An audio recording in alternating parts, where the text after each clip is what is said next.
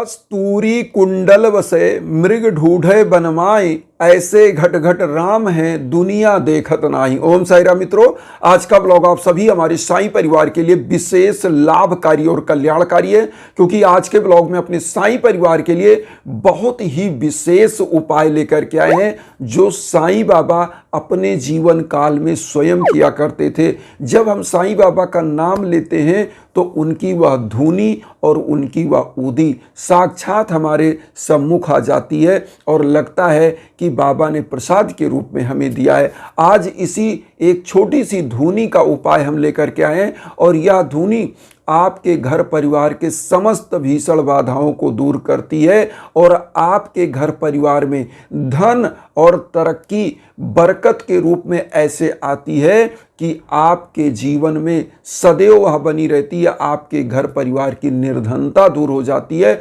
और घर परिवार के सौभाग्य का उदय होता है। यह एक ऐसी छोटी सी उपाय जो आपके घर परिवार में सकारात्मक ऊर्जा का माहौल बनाता है, आपके घर पर किए कराई की बाधा को दूर करता है, आपके घर के वास्तु दोष को दूर करता है, आपके घर में अगर कोई बुरी शक्तियां हैं तो वह भी दूर होती हैं और घर परिवार में जब सकारात्मक ऊर्जा बनता है तो विचारों में एकता आती है और ऐसा घर सदैव तरक्की करता है। क्योंकि गोस्वामी तुलसीदास जी ने श्री रामचरितमानस में डायरेक्ट लिखा हुआ है कि जहां सुमति तहां संपत्ति नाना, जहां कुमति तहां विपत निधाना। तो आज मैं इसी उपाय को लेकर के आया हूं, कैसे करना है। देखिए, धुनी कैसे प्रज्वलित करेंगे आपको आज इस विधि को हम बताएंगे। तो सबसे पहले तो इस उपाय को आप चाहें तो सुबह भी कर सकते हैं, शाम को भी कर सकते हैं, लेकिन मैं आपको कहूंगा कि इस उपाय को आप सुबह शाम किसी भी टाइम, जब भी आपको टाइम हो जरूर करें। किस दिन करें? गुरुवार को, क्योंकि गुरुवार गुरु का दिन है, गुरु का विशेष दिन है। तो इस दिन आप विशेष पूजा करें। कैसे करना है? मान लीजिए आप सुबह कर रहे हैं या शाम को कर रहे हैं। वैसे तो शाम को और भी अच्छा है यह, क्योंकि देखिए नकारात्मक ऊर्जाएं सबसे ज़्यादा जब सूर्य हमारा अस्त होता है क्षितिज से, तो उसी समय नकारात्मक ऊर्जाएं हावी होने लगती हैं। और इसीलिए शाम के टाइम आप देखे होंगे कि हम अपने घरों में पुरातन काल से अपने घरों में दीप जलाते थे, घर के सामने एक दीप रखते थे क्योंकि दीप के लिए लिखा गया है, शुभम करोति कल्याणम आरोग्यम धन संपदाम शत्रु बुद्ध विनाशाय दीपकाय नमोस्तुते। यह दीप के लिए एक मंत्र ही लिखा गया है। तो ये क्या है? ये धुनी भी इसी प्रकार की है जो आपकी नकारात्मक शक्तियां दूर करता है, आपके वास्तु दोष को दूर करता है और किए कराई की बाधा बुरी शक्तियों को दूर करता है। और जब ये चीजें दूर होती तो आपकी सौभाग्य का उदय होता है। तो आज जो मैं उपाय बता रहा हूं, ये उपाय अगर शाम को करते तो और अच्छा होगा। अब मैं आपको बताऊं कि मान लीजिए आप सुबह कर रहे हैं या शाम को, फायदा उतना ही है, लेकिन शाम को थोड़ा सा और अच्छा माना जाता है। तो आपको मैं यहाँ बताऊंगा कि आप इस उपाय को करने के लिए कैसे करेंगे, वो ध्यान दीजिए।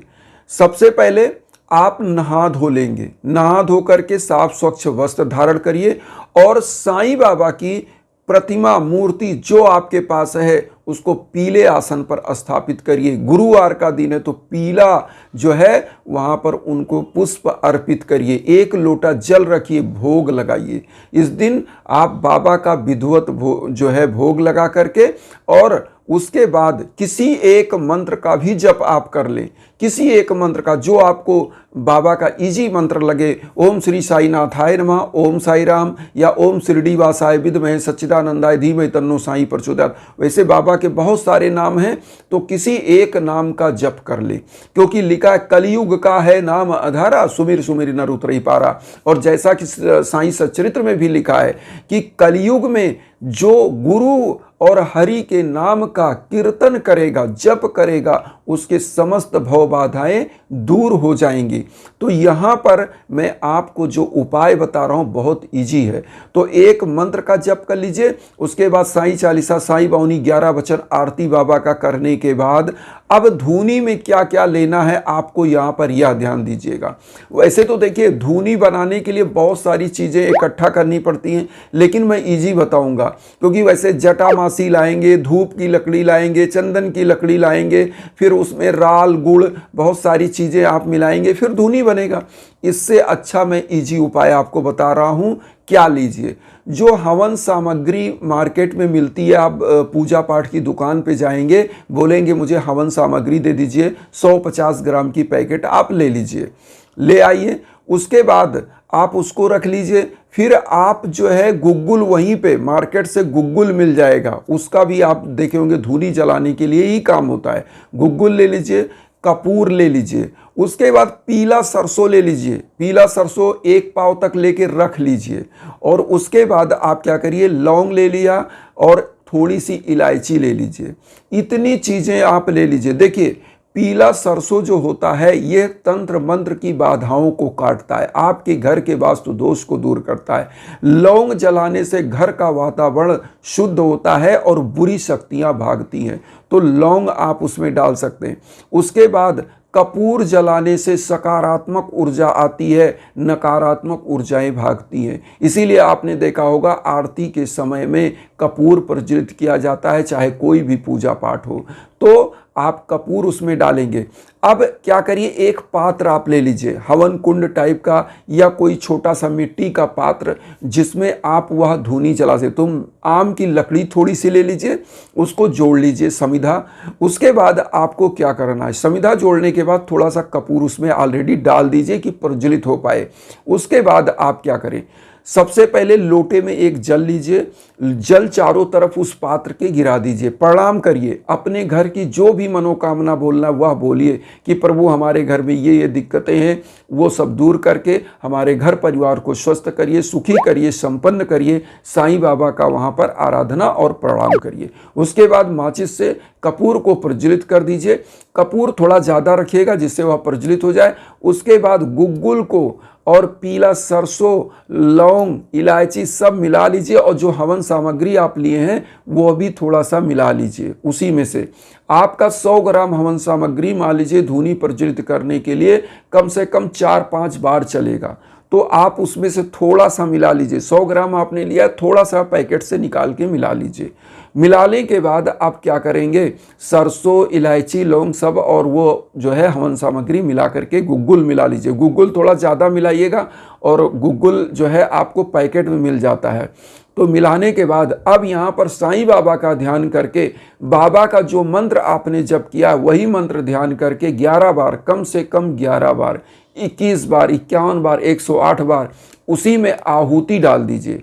ओम श्री साईनाथाय नमः स्वाहा, ओम श्री साईनाथाय नमः स्वाहा करके ऐसे हवन के रूप में वह डाल दीजिए। ये जब प्रज्वलित होने लगे उस पात्र में और धुआं इसका जब आप 11 बार डाल दिए, इस जो है धूनी को प्रज्वलित कर दिया, उसके बाद आप करिए क्या, आप इसको पूरे घर में, इसका धुआं बाबा को दिखाने का पूरे घर में आप इसको दिखा दीजिए। इसमें जब दिखा देंगे पूरे घर में, और ऐसे पात्र को किसी ऐसे उसमें रखिए कि हाथ ना जले, आराम से इसको पूरे घर में दिखाइए। जहाँ जहाँ इसका धुआं जाएगा वहाँ वहाँ से नकारात्मक शक्तियाँ दूर होंगी। और एक चीज़ बता दें, ये आपके घर परिवार के समस्त रोग दोष कलेश विकार को दूर करता है, वास्तु दोष को दूर करता है, आपके घर में किए कराई की बाधा को दूर करता है, नकारात्मक ऊर्जा को दूर करता है, बुरी शक्तियों को दूर करता है। ये एक प्रकार से मल्टीपर्पज हो गया। तो इस चीज़ को जरूर आप करिएगा और निश्चित रूप से आपका कल्याण होगा। इससे आपके घर के सौभाग्य का उदय होता है। तो ये चीज़ आप कर लीजिए और फिर देखिए कम से कम 6-7 गुरुवार आप करेंगे, परिणाम आपको दिखने लगेगा। घर का सकारात्मक ऊर्जा और एक पॉजिटिव माहौल आपको दिखेगा, क्योंकि ये सब चीज़ें करने से आपके घर परिवार के सौभाग्य में वृद्धि होती है। तो यह धूनी जो हम लोग जला रहे हैं ये बाबा के सम्मुख उनके निमित्त मात्र जला रहे हैं कि हमारा कल्याण करें। तो ये धूनी, और अब कहेंगे इसका जो राख जल के बचेगा वो क्या करें, इसकी राख को आप रख सकते हैं, डेली चंदन लगाइए, ये बाबा की ऊदी के रूप में कार्य करेगा। किसी को अगर कोई रोग है तो चंदन लगा दीजिए, किसी को कोई दिक्कत है तो लगाएं, तो इससे आपको एक अद्भुत शक्ति भी प्राप्त होगी और आपका कल्याण होगा। इन्हीं भावनाओं के साथ एक चीज और कहेंगे कि अगर आपके जीवन में भीषणतम बाधाएं चल रही हैं, कोई भी प्रकार की बाधा, तो यज्ञ याजन हवन के लिए आप हमारे इंस्टाग्राम पर आ सकते हैं। जब आपके नाम गोत्र पर संकल्प होकर यज्ञ याजन हवन होता है तो निश्चित रूप से आपका कल्याण होता है। इन्हीं भावनाओं के साथ एक चीज और कहेंगे कि वसुधैव कुटुंबकम की जो भावना हम लेकर चल रहे हैं उसमें आप सभी लोग चैनल को सब्सक्राइब करके हमें भी अपना आशीर्वाद दीजिए। उन साई भक्तों तक वीडियो को जरूर शेयर करिए जो किन्हीं कारणों से कष्ट में, दुख में। इसी भावना के साथ ओम साई राम।